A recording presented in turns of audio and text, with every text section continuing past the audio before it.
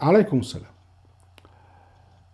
في الإسلام لا طاعة لمخلوق في معصية الخالق، والله سبحانه وتعالى قال: يا أيها النبي إذا جاءك المؤمنات يبايعناك على ألا يشركن بالله شيئا ولا يسرقن ولا يزنين ولا يقتلن أولادهن ولا يأتين ببهتان يفترينه بين أيديهن وأرجلهن ولا يعصينك في معروف فبايعهن ولا يعصينك في معروف. من هنا يعني لو النبي قال كلمة خطأ ليس لهن طاعته، فالطاعة تكون فيما يرضي الله سبحانه وتعالى. عند الدين السني لا، هو أوجب على المرأة أن تطيع زوجها وجعلوه إلها لها. إزاي؟ نقول بقى: ابن سعد روى حديثا يزعم فيه أن النبي أوصى زوجها بأن تفعل كل ما في وسعها في طاعة زوجها لأنه جنتها ونارها، يعني لأنه جنتها ونارها. يعني الحديث يقول: انظري أين أنت منه فإنه جنتك ونارك، يعني به تخش الجنة وبعصيان تخش النار.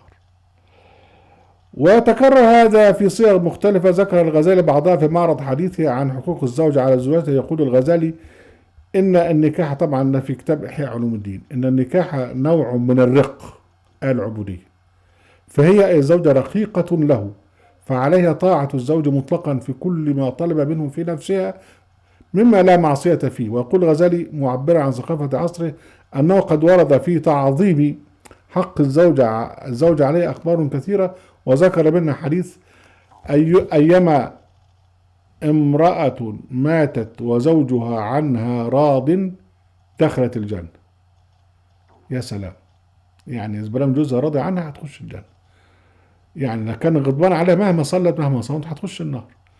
وساق الغزالي أحاديث أخرى في الانتقاص من المرأة التي إلا وصل الحديث المشهور: لو أمرت، الحديث بقى اللي هم السنيين أشعوه، بيقول لك: لو أمرت أحدا أن يسجد لأحد لأمرت المرأة أن تسجد لزوجها من عظم حقه عليها.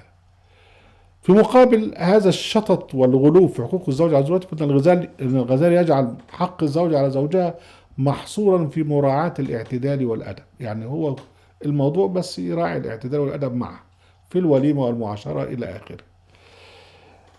ده ملأ الغزالي بعد ذلك نفس الموضوع بأحاديث مصنوعة كثيرة ومعظمها من اختراعه هو. وبعدين ابن الجوزي بعده، الغزالي متوفى 505، ابن الجوزي متوفى 597، رخر يعني خبير في صناعة الأحاديث، فاستدرك ما فات الغزالي، كتب تحت عنوان: وجوب الطاعة الزوج وحقه على المرأة. كتب حديثا يقول: لا تمنع المرأة زوجها حاجته، يعني من الجنس، وإن كان على ظهر قتب أو كانت على ظهر قتب. يعني الكلمة اللي قالها الغزالي راح جاي ابن الجوزي وعمل لها حديث، قال لك ان هي لو طلبها وهي على ظهر بعير ما تمنعوش. وبعدين برضه اضاف حديث تاني يقول لك، طبعا ده كل الحديث ده هو اللي عاملها ابن الجوزي: ليس لا ان تمنعه ولو كانت على رأس تنور. والتنور اللي هو يعني الايه، اللي هو الفرن النار يعني. وجاء بروايات مختلفة للحديث: لو كنت آمرا واحدا أن نسجد لأحد لأمرت المرأة أن تسجد لزوجها. وحديث أخرى تلا عن الملائكة المرأة إن خرجت من دارها بغير إذن زوجها. وحديث أخرى تمدح المرأة التي لا تذوق النوم حتى يرضى عنها الزوج، أو التي تمسح الغبار عن قدم الزوج بوجهها.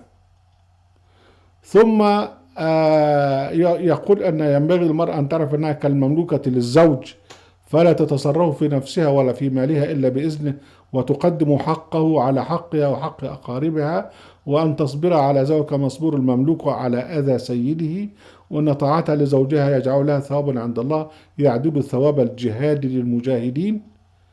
وإذا خلفت زوجها جعلوا الملائكة تلعنها وضاع مستقبلها في الآخرة تكون جهنم مثواها. ولم ينسى ابن الجوزي أن يقيد الطاعة للزوج فيما لا معصية فيه، فإذا فرض لها مقدارا إلى آخره. ده الإفك ده كله والكذب ده كله والتعصب للزوج أو للرجل ضد المرأة جاء يعني ظهر في الكتابات الوهابيين في عصرنا الحديث. يعني الشيخ سيد سابق في كتابه فقه السنة استرجع بعض هذا الكلام، والشيخ أبو بكر الجزائري في كتابه منهاج المسلم، والكتاب الآخر المرأة المسلمة، وصل في الكتاب الأخير بالذات بالزوجة إلى درجة الرق والمملوكة للزوج، وربط ذلك بالإسلام، وذلك كله هجص وكذب وافتراء. وعليكم السلام.